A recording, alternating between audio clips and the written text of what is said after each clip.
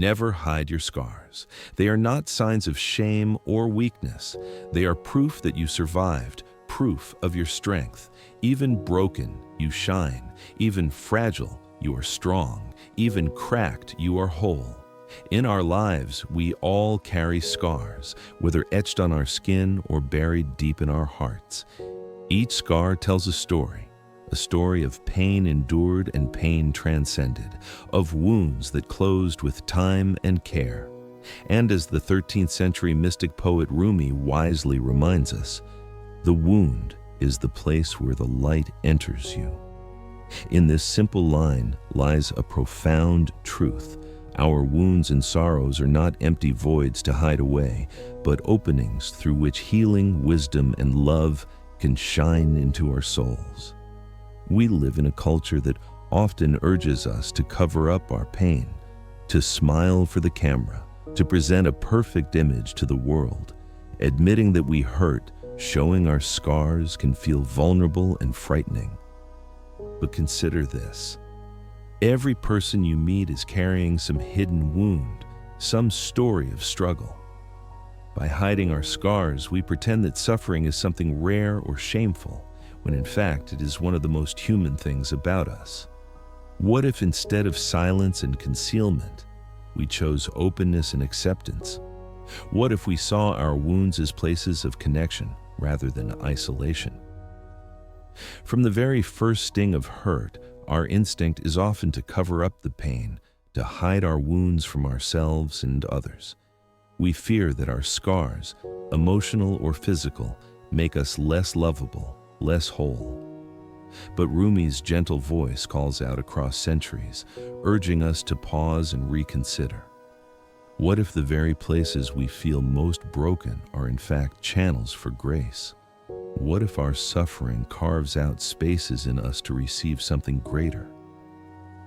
With a calm, reflective tone, much like listening to a wise friend or an Alan Watts lecture in the quiet of dawn, let us explore Rumi's wisdom on suffering and healing. In the journey ahead, we will discover how pain can become medicine, how darkness can turn into light, and why you should never hide your scars. For in truth, those scars may be the sacred marks that guide you toward growth, compassion, and profound inner peace. Rumi tells us that our wounds are not ugly or shameful. They are sacred. The wound is the place where the light enters you, he says, inviting us to view our pain not as something to conceal, but as an opening for illumination. Consider how a physical wound heals. We clean it, we expose it to air, and in time, new skin grows. If we were to cover it up and ignore it, it could fester in the dark. In the same way, our emotional wounds need the light of awareness, honesty, and love. When we acknowledge our hurt instead of hiding it, we allow the light of healing to reach inside. In fact, we often see this with physical scars. A survivor of an illness might show the mark of a surgery with gratitude because it signifies that they lived through something difficult. A veteran may point to a scar from battle as proof of courage and survival. Far from diminishing them, these scars add to their story, a story that can inspire others. The same is true of our emotional scars. If we conceal them, we deprive ourselves of the chance to fully heal and deprive others of the hope our story could spark. Think of a time you felt broken-hearted or defeated. Perhaps you tried to put on a brave face to hide your tears in the night. It's a natural impulse. We hide our scars hoping to appear okay or strong. But true strength is not in pretending the pain isn't there. It lies in facing the pain and allowing it to transform us. Rumi's wisdom gently assures us that being open about our suffering is not weakness. It is the first step to letting light in.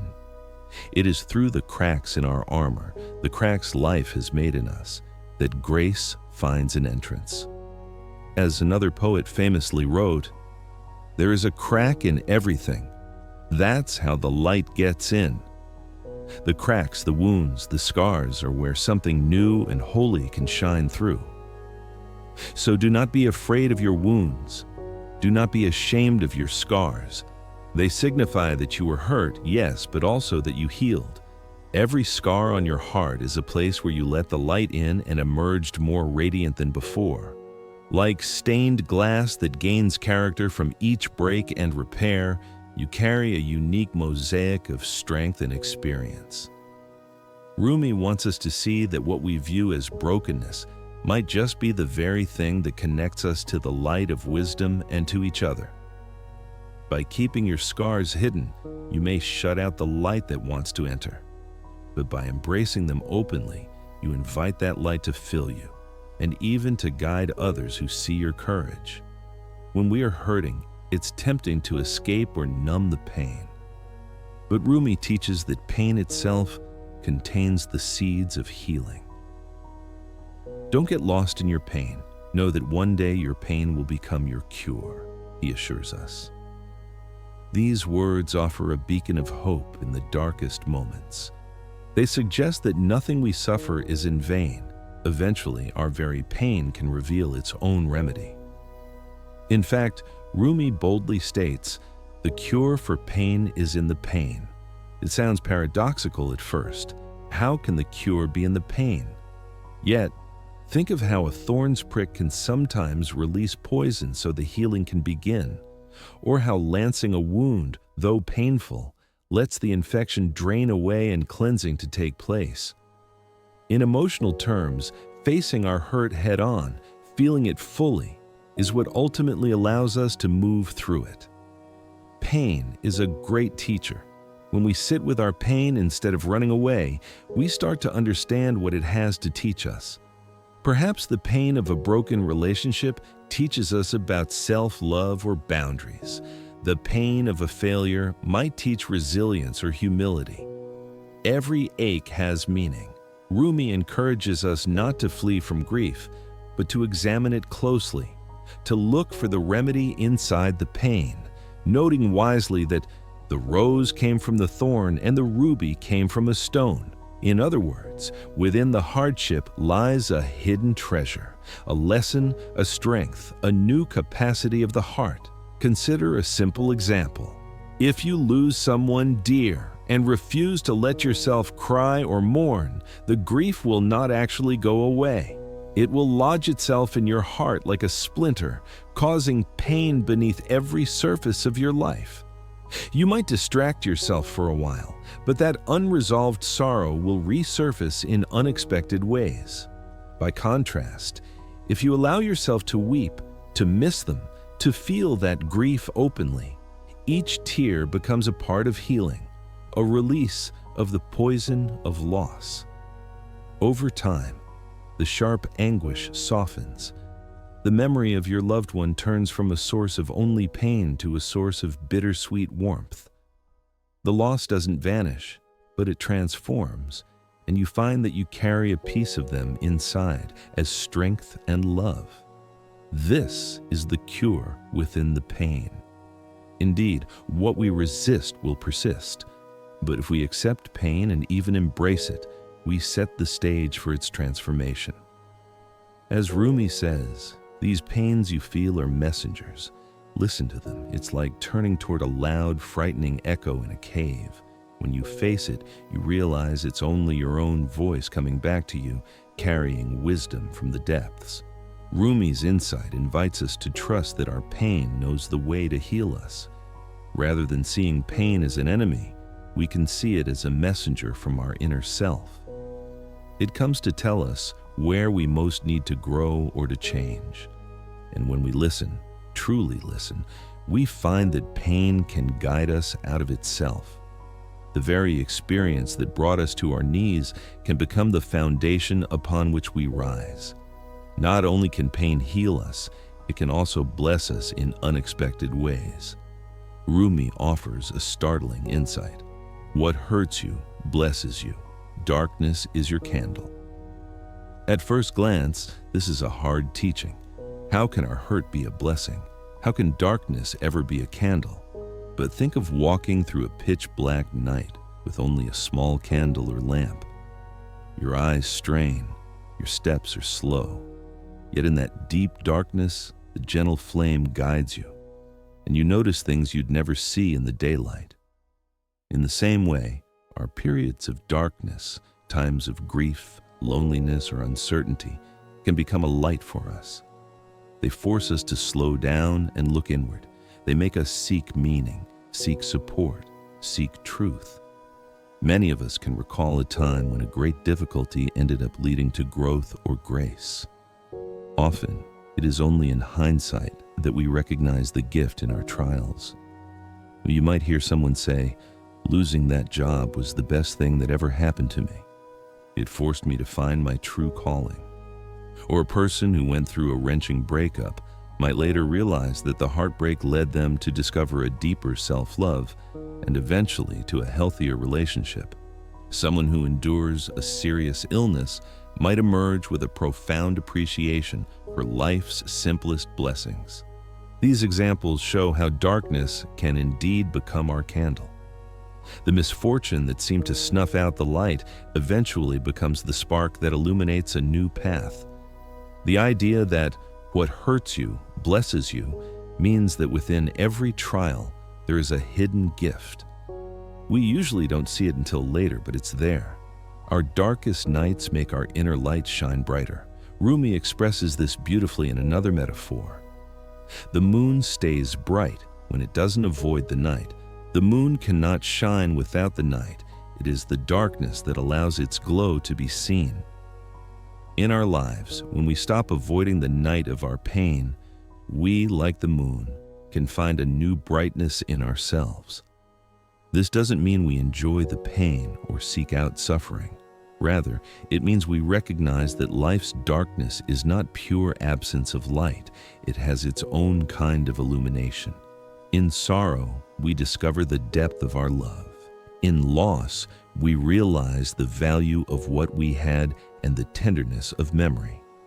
In facing our trauma, we often uncover strength and resilience we didn't know we had. The candle of darkness might be the wisdom gained, the strength forged, or the faith deepened by going through that tunnel. When we accept our dark times instead of denying them, we allow their lessons to light our path forward. Every spiritual tradition in some form echoes this truth, that the dark night of the soul is a journey to dawn. Rumi, with his gentle assurance, is simply saying, "Do not fear the darkness. Your pain, your scars, and your dark nights have light to offer you. In time, you will see how they made you shine." There's a striking line from Rumi that speaks to how suffering cracks us open. You have to keep breaking your heart until it opens. This sounds painful, even cruel, yet it carries the paradox of spiritual growth. Each time life breaks our heart, through loss, disappointment, heartbreak, it also has the potential to open our heart wider than before. Sometimes it is only through being broken that we discover our true capacity for love, compassion, or creativity. Rumi himself knew this well. In his own life, he faced a shattering loss, the death or disappearance of his beloved friend and spiritual companion, Shams of Tabriz.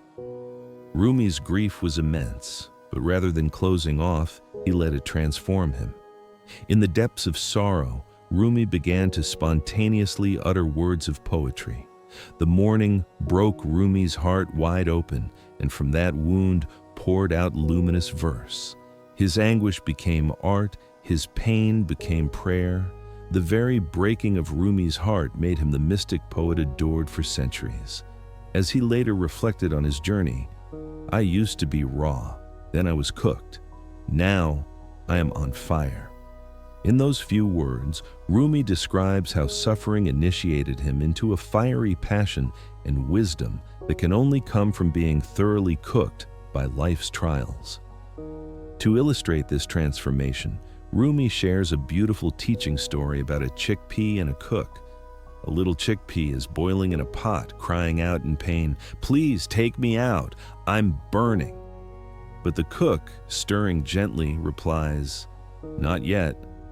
You're not done cooking." The cook explains to the chickpea that it must endure the heat a bit longer. "My darling chickpea, I push you back in because you're not done cooking yet. You're still hard. You need to be cooked before you're worthy of being taken inside. In time, the chickpea softens and becomes nourishment, something delicious and useful. We are the same. Life might put us in hot water, not to destroy us, but to cook us until we are spiritually tender and mature. Without the boiling trial, we would remain hard and raw. With it, we become capable of empathy, wisdom, and nourishment for others. Rumi also compares this process to the metamorphosis of a silkworm. The silkworm endures a period of enclosure and dissolution in its cocoon, only to emerge with wings. In one poem he writes, "The hurt you embrace becomes joy. Call it to your arms where it can change. A silkworm eating leaves makes a cocoon." The cocoon of suffering, paradoxically, is where we are remade into something new. When we embrace our hurt instead of resisting it, we give it a chance to change us, to turn sorrow into joy, just as the caterpillar's struggle in darkness yields the miracle of a butterfly. So when life breaks you, do not think you are broken for nothing. You are being opened. Each wound, each heartbreak is carving out a deeper room in your heart for new growth. It may take time. The cooking is slow. The cocoon requires patience. But trust that you are in transformation. Your scars are evidence not of weakness, but of resilience. They show that you were tempered by the fire and emerged more fully yourself. As painful as it is, try to lean into the process. Let your heart break open. In time, you will find yourself soaring on new wings, nourished and able to nourish others, a heart expanded rather than diminished by suffering. What if, instead of seeing our scars as flaws, we saw them as adornments, as beautiful proof of what we've overcome? There's a practice in Japanese art called Kintsugi, where broken pottery is repaired with lacquer mixed with gold. Instead of hiding the cracks, Kintsugi highlights them, filling them with gold so that the bowl or cup becomes even more exquisite for having been broken. The scars of the break become gleaming veins of gold, unique to that piece. In the same way, the broken places in us can become sites of newfound beauty and strength. As one observer noted, when we look at a Kintsugi bowl, we may interpret imperfections as a source of strength and beauty. The object is more itself, more special than before it was broken, because it has a history, a story of resilience literally woven into it. Your scars make you unique. They tell the story of you, of all the times you fell and got back up, all the battles that left their mark and made you wiser. Rumi writes, "Where there is ruin, there is hope for a treasure." Consider that image. In the ruins of something that fell apart, there may lie hidden treasure. After a life-altering loss or collapse, we often discover a treasure of insight or a new beginning we never expected. In Rumi's words, "Don't grieve. Anything you lose comes round in another form." It is a gentle reminder that an ending is often a beginning in disguise, that what we think is lost may return to us in a new way. Our scars are like the glint of treasure peeking out from the rubble of what we've lived through. They show that ruin was not the end. It was a transformation. Even in nature, we see evidence that healing makes us stronger. A broken bone, once mended, forms a thick scar of new bone that is often sturdier than what was there before. In the same way, we often become strongest at the places where we were once broken. So rather than hiding our imperfections, we can begin to see them as the gold filling the cracks of our life's vessel. Every scar is an alchemical mark, pain transmuted into wisdom, hardship into strength. They are medals of survival. Just as a veteran might wear scars from battle with a sense of honor, you too can honor what you've been through. This isn't pride in suffering for its own sake, but pride in growth. You survived the storm, and it shows. Why conceal that? Your scars are beautiful because they say, "Here stands someone who was tested by life, and life did not defeat them."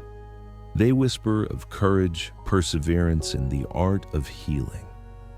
When you look at your own scars in this gentle light, you start to love the whole journey that made you who you are, cracks, gold, and all. Up to now, we've been focusing on how embracing your scars helps you heal and grow.